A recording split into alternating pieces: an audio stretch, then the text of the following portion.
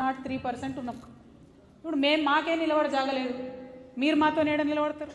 Stand with her అట. ఎందుకు stand with her? ఏం చేద్దామని తెలుసా దీని వెనుక కుట్ర?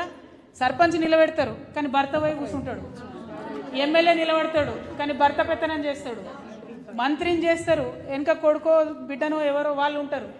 అంటే ఇచ్చినట్టే ఇవ్వాలి, జస్ట్ సూప్ కట్నం అంటారు తెలంగాణలో, తెలుసా మీకు? ఆ పదవులు మనకిచ్చే పొజిషన్లు అంతా సూప్ కట్నమే. అందుకే ముఖ్యమంత్రి గారిని మేము డిమాండ్ చేస్తున్నాం, స్టాండ్ విత్ హర్ కాదు, గివ్ హర్ స్పేస్.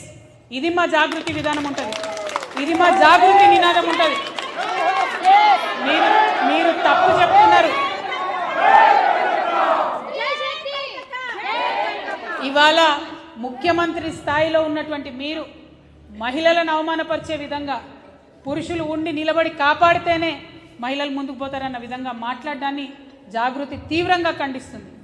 గవర్నమెంట్ మగది ఆడది ఉండదు, గవర్నమెంట్ న్యూట్రల్ ఉంటుంది, గవర్నమెంట్ అందరికీ సమానమే ఉంటుంది.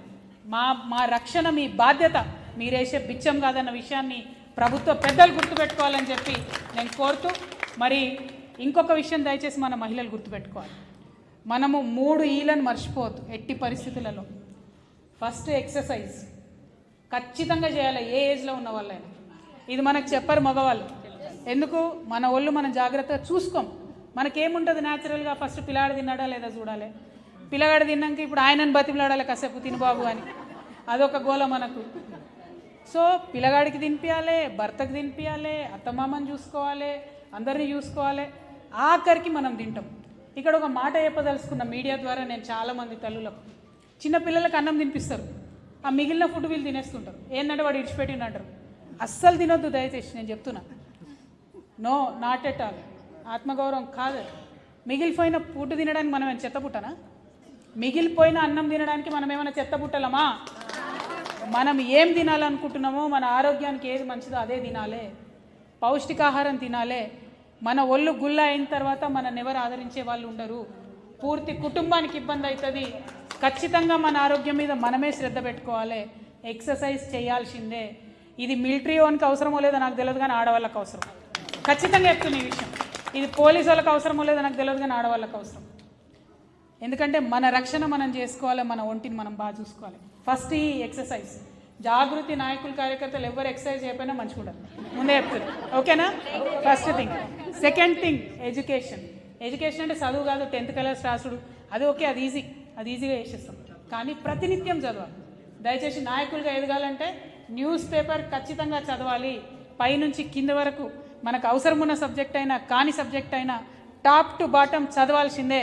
వాగ్దానం చేస్తారా? చదువుతారా అందరూ? ఎన్ని పేపర్లు వస్తాయి మీ ఇంటికి? ఇవాళ రేపు ఇంటర్నెట్లో అన్ని ఫ్రీయే, ఇవాళ రేపు ఇంటర్నెట్లో అన్ని ఫ్రీయే పేపర్లు. లేలే అక్క న్యూస్ కాదు, అన్ని న్యూస్ చూడాలి. ఇంపార్టెంట్, చాలా ఇంపార్టెంట్. మగవాళ్ళు మనల్ని తెలివి లేదు మీకు అని ఎందుకంటారు?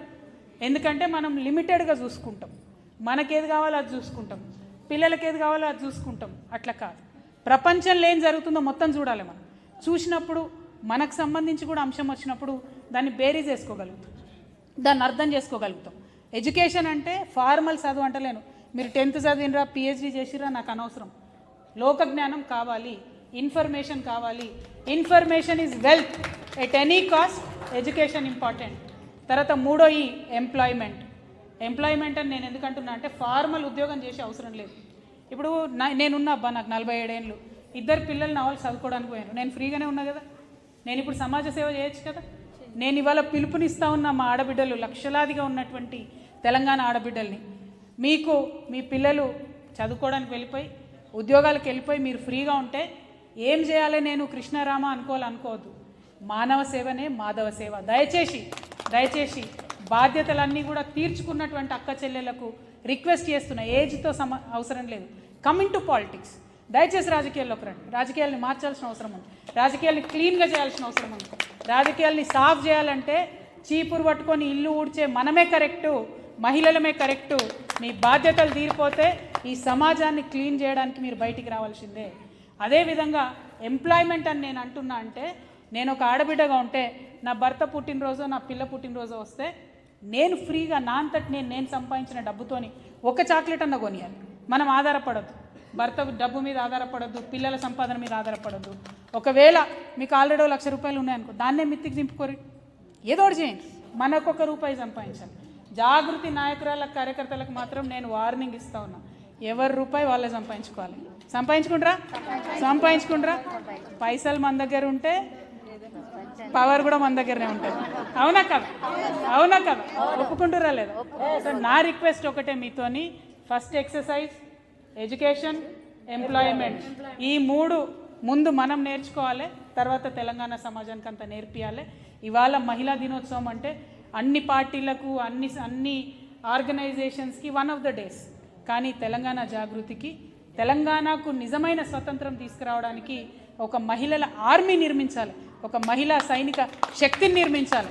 దానికోసం పాటుపడాలి, దానికోసం ప్రయత్నం చేయాలి తప్పితే ఏదో సెలబ్రేషన్ చేసుకున్నాం అనుకోదు. సెలబ్రేషన్ కూడా చేసుకుందాం, బట్ మనం అన్నిట్లకు రావాలి, పవర్లకు రావాలి, పాలిటిక్స్లకు రావాలి, బిజినెస్లకు రావాలి, ఎడ్యుకేషన్లకు రావాలి, సైంటిస్టులు అవ్వాలి, అన్ని రకాలుగా పనిచేయాలి. కాబట్టి ఈ 3 ఈలు చాలా ఇంపార్టెంట్. మన హెల్త్ మనం చూసుకోవాలి, మన ఎంప్లాయ్మెంట్ మనం చూసుకోవాలి, మన ఎడ్యుకేషన్ మనం చూసుకోవాలి. ఇంకొకసారి ఎప్పుడన్నా భర్తనో ఇంకొకలో తెలివిలేని దానా అనాలంటే ఆలోచించాలి, వాళ్ళు భయపడాలి, అమ్మ దీన్ని ఇట్లా అందామా వద్దా అని. అంటే ప్రేమ వేరు, అభిమానం వేరు, కానీ అవహేళన అనేటటువంటి దాన్ని గుర్తించాలి, దానికోసం ఆలోచించాలి. ఇక 3వది చాలా ఇంపార్టెంట్, ఈ రాష్ట్రంలో జరుగుతున్నటువంటి అతి దారుణమైన విషయం ఏంటంటే, ఎప్పటి నుంచి అయితే ఈ ప్రభుత్వం వచ్చిందో మహిళల మీద దారుణంగా అట్రాసిటీస్ పెరిగిపోయినాయి, 22% క్రైమ్ పెరిగిపోయింది. నేను రేవంత్ రెడ్డి గారిని, కాంగ్రెస్ పార్టీని, డీజీపీ గారిని సూటిగా స్పష్టంగా సవాల్ చేస్తున్నా, అంత క్రైమ్ పెరిగిపోయిన తర్వాత ఏం చేస్తున్నారు మీరు? ఏం చర్యలు చేపట్టారు? నిన్నగాక మొన్న నాగర్ కర్నూల్లో ఒక చంటి బిడ్డ చనిపోతే ఏం చర్యలు చేపట్టిండ్రు మీరు? ఏం మాట్లాడుతున్నారు మీరు? ఎక్కడుంది ప్రొటెక్షన్? మహిళలకు ఎక్కడుంది ప్రొటెక్షన్? ఈ విషయం మీద దయచేసి ఆలోచన చేయండి. మీరు మాతో నిలబడతారా, స్టాండ్ విత్ హర్ అని చెప్పి పిఆర్ క్యాంపెయిన్లు చేసుడు కాదు, క్రైమ్ రేట్ తగ్గించండి, పోలీసింగ్ పెంచండి, బస్సులు పెంచండి, ఫ్రీ బస్ ఇచ్చుడు కాదు, ఫ్రీ ఎడ్యుకేషన్ ఇవ్వడానికి ఆలోచన చేయండి అని చెప్పి ముఖ్యమంత్రి గారిని, కాంగ్రెస్ ప్రభుత్వాన్ని నేను డిమాండ్ చేస్తూ ఉన్నాను. ఖచ్చితంగా కేరళ రాష్ట్రాన్ని ఆదర్శంగా తీసుకోవాలి, ఫ్రీ ఎడ్యుకేషన్ ఇవ్వడానికి ప్రయత్నం చేయాలి. ఇట్లా చెప్పుకుంటూ పోతే